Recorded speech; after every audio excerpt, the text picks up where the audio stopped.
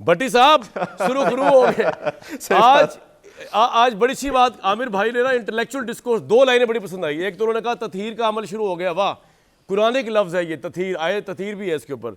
और दूसरी जो बात है ना कि सुरखरू हो गए नवाज शरीफ, और वो लोग जिन्होंने उनको डार्क जस्टिस के तहत उनके साल ज़ाया किए, जला वतन किया, जेलों में डाला, वो आज खुद इस्तीफा दे दे के जा रही है। तो इंसाफ है, आपको नज़र क्यों नहीं आ रहा भट्टी? और लेंस उतार के चेक करो, गुस्सा चढ़ रहा है मुझे आप पे। मैं अगर तो यानी आमिर भाई मेरे भाई हैं, उनकी राय का एहतराम, लेकिन जो तथहीर का अमल है ना, काश ये मुकम्मल हो जाए। तथहीर का अमल 3 जजेस तक नहीं है, उसके बाद भी है। और उसके मैं तो चाहता हूँ वो मुकम्मल हो, ताकि मुकम्मल सुप्रीम कोर्ट को एक मरतबा वो अगर तथहीर डिटोल से धो के, तो एक मरतबा सारे से, ताकि फिर से सुप्रीम कोर्ट वो आए जिस पे सारे मुत्तफिक हों। दूसरी बात ये है, सुप्रीम कोर्ट किसने कहा था कि आप हमारी तहकीकात करें? सुप्रीम कोर्ट से कामरान भाई किसने कहा था कि आप तहकीकात करें? नवाज शरीफ साहब ने किसने कहा था हमें कि हमें मेरे पास सड़क पे क्यों हो? किसने कहा था कामरान भाई कि मैं क्या, मेरे बच्चों पर भी इल्जाम आया, मैं घर चला जाऊंगा? ये आसिफ सईद खोसा ने कहा था। आसिफ सईद खोसा ने कौमी असम्बली में तकरीर की थी, जनाब स्पीकर ये हैं वो जराए, कोई आया इल्जाम? और असल में नवाज शरीफ साहब, शहबाज शरीफ साहब, जरदारी साहब ये सुरखरू नहीं हुए, ये मुद्दई पीछे हट गया है। केस जिनका था वो पीछे हट गए। नैब, FIA, हुकूमत पाकिस्तान तो बरी होते जा रहे हैं, हो जाए, कोई इशू नहीं है। लेकिन पैनामा लीक्स ना एजाजुल एहसन लाए थे, ना खोसा लाए थे, ना जनाब स्पीकर एजाजुल एहसन ने लिख के दी थी, ना खोसा साहब ने लिख के दी थी, ना कतरी खाते एजाजुल एहसन लाए थे, ना खोसा साहब लाए थे, ना कैलबरी भट्टी साहब एजाजुल अपनी एहसन डिफीट लाए थे, ना एक्सेप्ट कर खोसा लें। साहब आज लाए नवाज थे, शरीफ इनोसेंट है, ट्रस्टीज एजाजुल वो एहसन जज लाए जिन्होंने थे, ना फैसले खोसा के साहब खिलाफ लाए किए थे, वो छोड़ ना के एजाजुल बताया एहसन ने बोले थे, ना उन्होंने बोले थे। हां, ना गला रही ना डालता रही। हाँ, ये ठीक कह रहे, ये मेरा भाई ठीक कह रहा है, ये मेरा भाई ठीक कह रहा है। हुण वो नहीं रहनी, और रहनियां ये भी नहीं, ये भी ज़हन नहीं रखना, ये भी नहीं रहनियां। एक वक्त और रहना तथहीर सदा का अल्लाह अमल ताला आगे ने बढ़ेगा। है, उदी खुदाई ने रहना है, बाकी तो गप्पा रहनी है। तथहीर जिंदाबाद मेरी जान। तथहीर को काबू में रखना, तथहीर बढ़ती जा रही है, इस तथहीर को अब रोकना मुश्किल हो जाएगा। तथहीर जिंदाबाद चाहिए, पाकिस्तान हर एक की जिंदाबाद, होनी चाहिए तथहीर जिंदाबाद। एक ब्रेक के बाद इमरान खान के बल्ले का निशान अभी तक सवालिया निशान बना हुआ है, और वो सुप्रीम कोर्ट में इलेक्शन कमीशन जा चुका हुआ है। कल वो मिलेगा या नहीं मिलेगा, और आज की डेवलपमेंट का उस पर क्या असर पड़ेगा, इस पर ज़रूर बात करेंगे, क्योंकि आज पाकिस्तान तहरीक इंसाफ के 2 अहम तरीन जो जज उनको पसंद थे वो जा चुके हैं इस दुनिया अदालत व सुप्रीम कोर्ट से। एक ब्रेक लूँगा।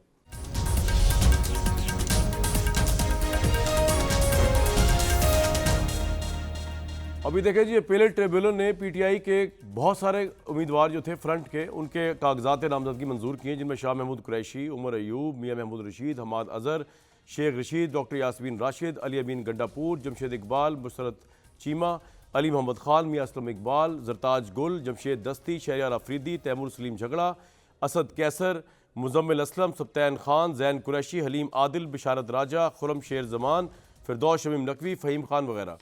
इमरान खान, शाह महमूद के एक जगह से, परवेज़ राय उनकी अहलिया, फहमीदा मिर्ज़ा, जुल्फ़िकार मिर्ज़ा, फवाद चौधरी उनके अहलिया, इनके रिजेक्ट भी किए गए। लेकिन मदर साहब, ये जो सुप्रीम कोर्ट में डेवलपमेंट हो रही है, और सुप्रीम कोर्ट में एक मामला भी कल जा रहा है बल्ले के निशान का, आपको क्या लगता है? पहली बात तो ये बल्ले का निशान पेशावर हाई कोर्ट के फैसले की रोशनी में और जो मुल्क का माहौल चल रहा है, मिल जाएगा तहरीक इंसाफ को? और तहरीक इलेक्शन में क्या मंजरनामा बनता नजर आ रहा है आपको आज के हालात देखते हुए? कामरान, मेरा हिच ये है कि उनको मिल जाएगा। अच्छा। और उसकी वजह यह है कि एक पेशावर हाई कोर्ट के सिंगल बेंच ने एक फ़ैसला किया, फिर डिवीज़न बेंच ने एक फ़ैसला किया। मुझे लगता नहीं है कोई ज़ाहिर, और मदर साहब, ये निशान मिलने के बाद कितना इम्पैक्ट पड़ेगा तहरीक इंसाफ की विक्ट्री पे इलेक्शन में, आपके तजर्बे में? देखिए, विक्ट्री और डिफीट का तो हम नहीं कह सकते, लेकिन बहुत बड़ा मोराल बूस्ट होगा कल। और ये जो आज की सिचुएशन है, ये भी अगर कल मिल जाता है तो आज की सिचुएशन भी काफ़ी हद तक डाइल्यूट होगी उनके अपने सर्कल्स में। और जाहिर है उसके बाद तो एक इंतखाबी मुहिम कम से कम PTI के लेवल पे तो बहुत ज़ोरों से जानी चाहिए और शुरू होनी चाहिए। PTI अगर इंतखाबी मुहिम चलाए तब फ़र्क पड़ेगा, या अगर वो ना भी चलाए तब भी उनका वोटर बाहर आएगा आपके ख्याल में? नहीं, मेरा ख्याल है, देखिए, इसलिए कि पोलिंग स्टेशन पे भी तो लोगों का होना ज़रूरी होता है ना। और पीटीआई की बड़ी कमज़ोरी है, पीटीआई की ऑर्गेनाइजेशनल वीकनेसेस बहुत हैं। पीटीआई पोलिंग स्टेशंस पे और पोलिंग बूथ्स पे जो चीज़ें होती हैं वो बहुत डिफरेंट होती हैं, और पीएमएलएन और पीपल्स पार्टी के लोगों का एक्सपीरियंस इनके मुकाबले में बहुत ज़्यादा है इस हवाले से। मैं किसी नेगेटिव और उस सेंस में नहीं बोल रहा, लेकिन आपको इलेक्शन पूरी एक साइंस होती है।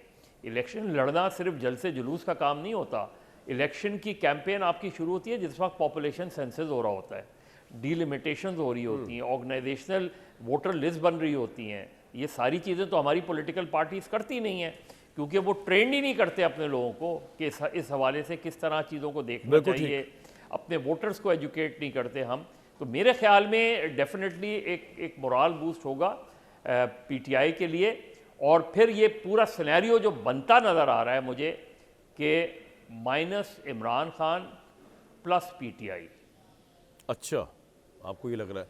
बैरिस्टर साहब, आपके कोलीग्स पार्टिसिपेट कर रहे हैं पहली दफ़ा, उनको ऑब्वियसली सियासत के अंदाज, इलेक्शन की जीत के तरीक़ाकार तो वो तो नहीं आते, सुलेमान अकरम राजा साहब वगैरह जो हैं।